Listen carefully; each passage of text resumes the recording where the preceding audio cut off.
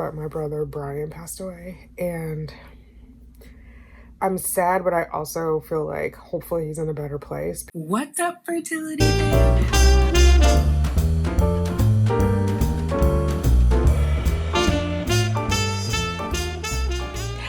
Let's get these babies, ladies. To make those rainbows in my mind when I think. This was my post-transfer acupuncture treatment. I didn't have one before because I was in Hawaii, and yeah, we're just gonna rock with it. Low-key transfer. Hey there. It is Wednesday. I don't know. Oh, it must be the 9th. I think it's the 9th. Yeah. Of June. I'm in my bed. And I've clipped my hair because I really should twist it and then lay down. But I'm going to get my pillowcase all oily. Anyway, I've been watching TTC videos. And I watched Sandra TTC 45. And I watched Abby on Mike and Abby. Sandra got her BFP, so congratulations. And she started testing on day 5, I think. Yeah. So now it's got me thinking about testing on day 5. But I gotta bargain with myself. Like, is it something I can really handle? Like day 5, day 7, day 9. 9 days past transfer. So that would be like 10, 12, and 14 days past ovulation, like number-wise. And Abby and Mike, they're getting ready for their FET, and she said she was like cautiously pessimistic, and I totally relate to that. I don't know what to think. Like, I want to be hopeful. Obviously, I'm not spending this time and money and energy and hope on not being pregnant, but I'm kind of afraid to get my hopes up. And I know someone like sent me a note on Instagram, like, how do you always stay so positive? And I don't always stay so positive. I try, but I'm human, and I'm not sure what to do about this. Like, this time I feel like I want to be pregnant so bad, but if I'm not, like, I have to deal with it. And I guess I'll just deal with it when it comes. But so there's a part of me that kind of wants to hold back, even though I know it doesn't matter if I do or if I don't. It's just, and even testing, like getting a positive doesn't mean anything. Like, you still gotta get your betas to double. Oh, excuse me. It's the progesterone injections kicking in. You still gotta get your betas to double. Still gotta get a heartbeat, like all that stuff that I haven't had yet. So it's a little scary. And when I was coming back from Hawaii, I found out that my brother passed away. One of my brothers, I have a total of 4 biological brothers that I know of, not counting, like, I have 4 biological brothers, 2 stepbrothers, so a total of 6 boys. But my brother Brian passed away, and I'm sad, but I also feel like hopefully he's in a better place because he has struggled these last couple of years with like alcoholism and just depression.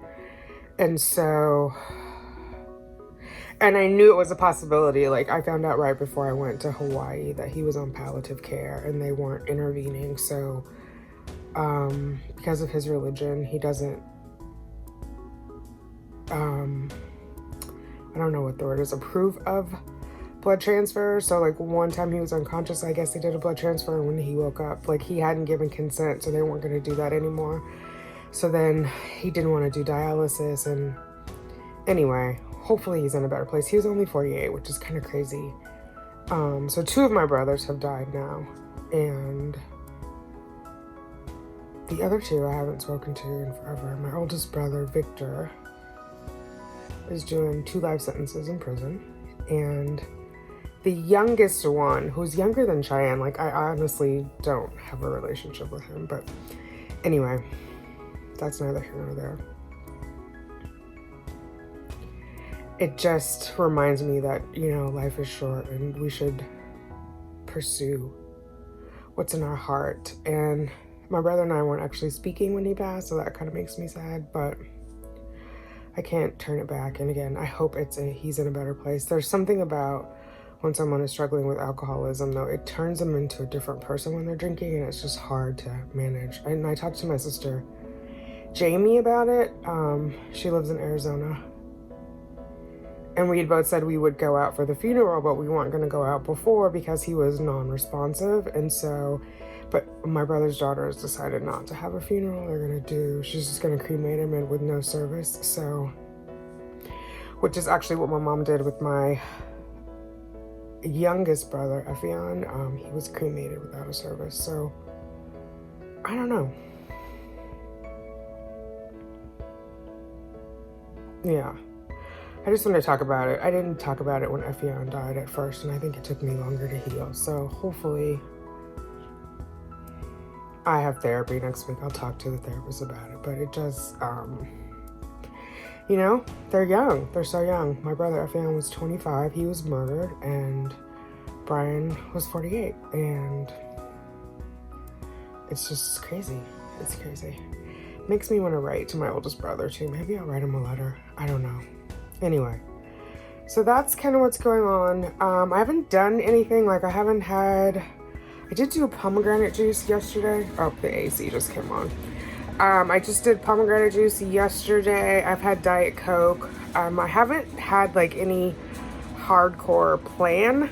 I'm just not stressing myself this cycle, I guess. I have a lot going on at work in general, so I'm just not gonna add the stress to it, if that makes sense. This is a horrible angle and the light is bad. Sorry, guys. If I do that, then I put a shadow. Yeah, I'm just taking it easy is the plan. Yeah, lining was good. Progesterone came back at 16.3, which they said that was good.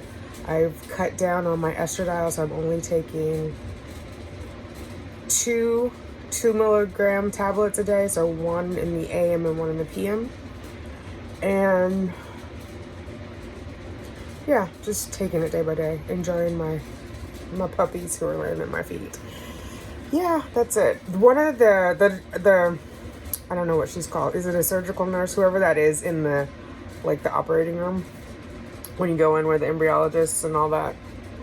Like the embryologist is behind the window. You know what I'm talking about? Anyway, she was just like, everything's going to be okay and you're going to get a positive. And like no nurse has said that, but well, not ever. I've only had 2 other transfers. So, but no one said that. I don't know. It was just like a good feeling.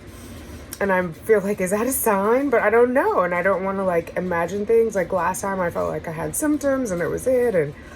And it didn't end up being that way. And so now I don't know if I'm having symptoms or like I'm trying to not focus on it, if that makes sense. Like not let my mind, my imagination run away with me. Because I felt like I felt cramping and then I was like, it's only, what am I, 2 days past transfer? There can't be cramping, right? So, yeah. Anyway, I just wanted to get on here and say that because I was watching these videos and I was like, let me just say my piece.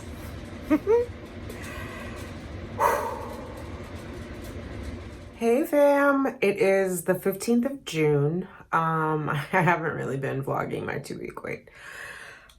But here I am back in the bathroom talking to myself and to you. There's a lot of things going on. Tomorrow's test day, tomorrow's beta. I have not peed on a stick, although I did collect FMU, mainly because I walked the dogs yesterday. And I felt like my uterus was gonna fall out. So I was like, that must be a sign. But then I don't know. I was like, oh, I'll do it in the morning. So I at least collected the sample, but I didn't actually take the test because I didn't have the heart. Or I guess not that I didn't have the heart. I just wanted to be poopo for sure for one more day, I think. Because once I take the test, it's definitive. And I don't know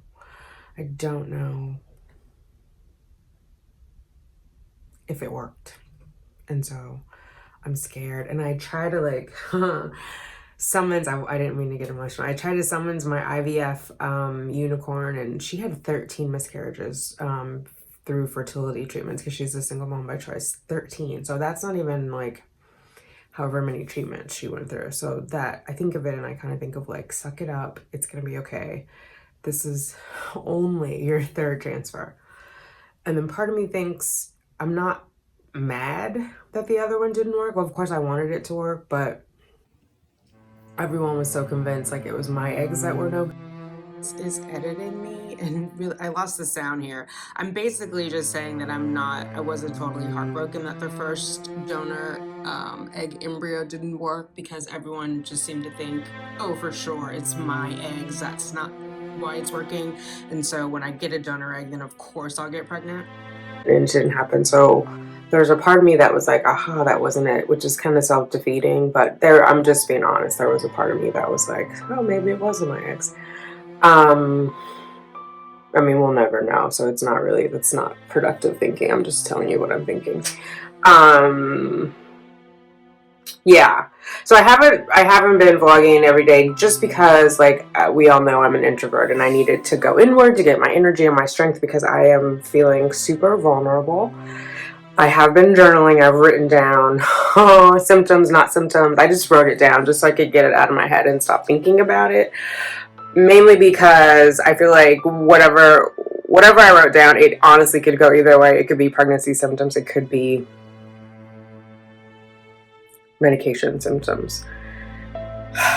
And I need to take my progesterone shot. It's nighttime now, just so you know. I took like the urine is in a cup in the shower. And I was debating, and I just decided I'd talk to you guys instead, because one more night I want to be poo-poo for sure, and then tomorrow is the debate. I might as well just wait until tomorrow. Yeah. And someone put a comment in of like, you know, how long are you going to do this? And I don't know. It's sort of like when I was acting, people would be like, how long are you going to do it? Which is kind of an insult, because it kind of means you're failing, because how long until I get a baby, right? So the question kind of is passive aggressive in that you're not having success. How long are you going to continue to be unsuccessful? As if that's in my control. I think they're doing fireworks. I have on my Hawaii shirt, or my Hawaii dress, and I wore this to work today. I was like, whatever, I don't care. I just looked at myself. I look a hot mess. Okay, I'm gonna go because I think Justice is inspecting something. Anyway, those are my thoughts. I just wanted to get that out there. I hope you were well. I hope I didn't depress you. There's just a lot going on. It is super emotional either way. And I remember I was this way with the first transfer, and everyone was like, well, why are you sad? You must know it's not going to work. And it's not that. It's just, this is emotional, and I'm pumping my body full of emotions, and I don't know anything. I'm shaking, you guys. I don't know. It's just a lot is going on, and I'm scared and hopeful and prayerful. And I don't know if me being scared means I'm not being faithful, because I am. And I was like, oh, I should take a test and pray over it. And I'm just like, I can't, because I know right now I can't handle it if it's negative. And of course there's a possibility that it might be. So it's better to just keep praying that it's positive and keep praying over my body and hope for one more day, because I've got to do one more injection, and it would suck to think, oh, I'm doing it for nothing. You know what I mean? So I'm going to hope that it's for my baby that's growing, and I don't know. And then there's a debate, like, I'm trying not to get too far ahead of myself, but it's like, if it doesn't work, am I going to go right away? Do I need to take a break? Do I have time to take a break? Yeah, just pure. I keep doing that. I keep putting it behind my ear because it's comfortable, and then I look over here and my hair just looks crazy, y'all. I'm sorry. It's like, it needs to be washed. But yeah, do you know what I mean? Like, it's so weird. And I was watching pregnancy videos, and then there were some women who like waited to be pregnant, and then they had an awful pregnancy, and they were complaining, and like the people in their lives were kind of like, well, you wanted to be pregnant. It's just like, it's hard for people to understand. It's like, you want to be pregnant to have a baby, but not to be miserable.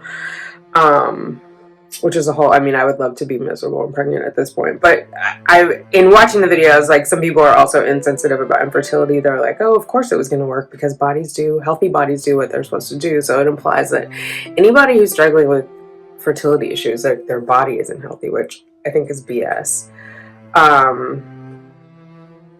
Or, you know, friends who know what's going on kind of jokingly say, well, you can have one of my kids. And it's like, that's not funny. Don't joke about that. It's not funny.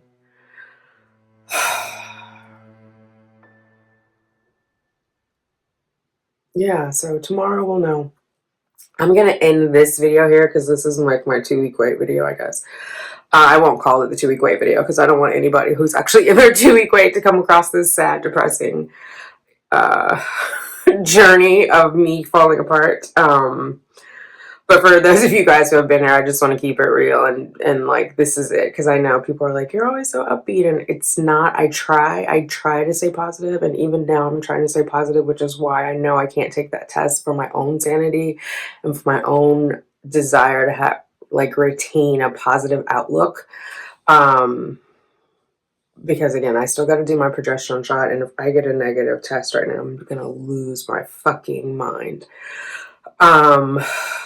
And I don't know. I mean, tomorrow I'll know at 2 o'clock if it's negative and I don't take another shot. You know what I mean? I don't know if that makes sense, but I just need one more night to believe. Justice.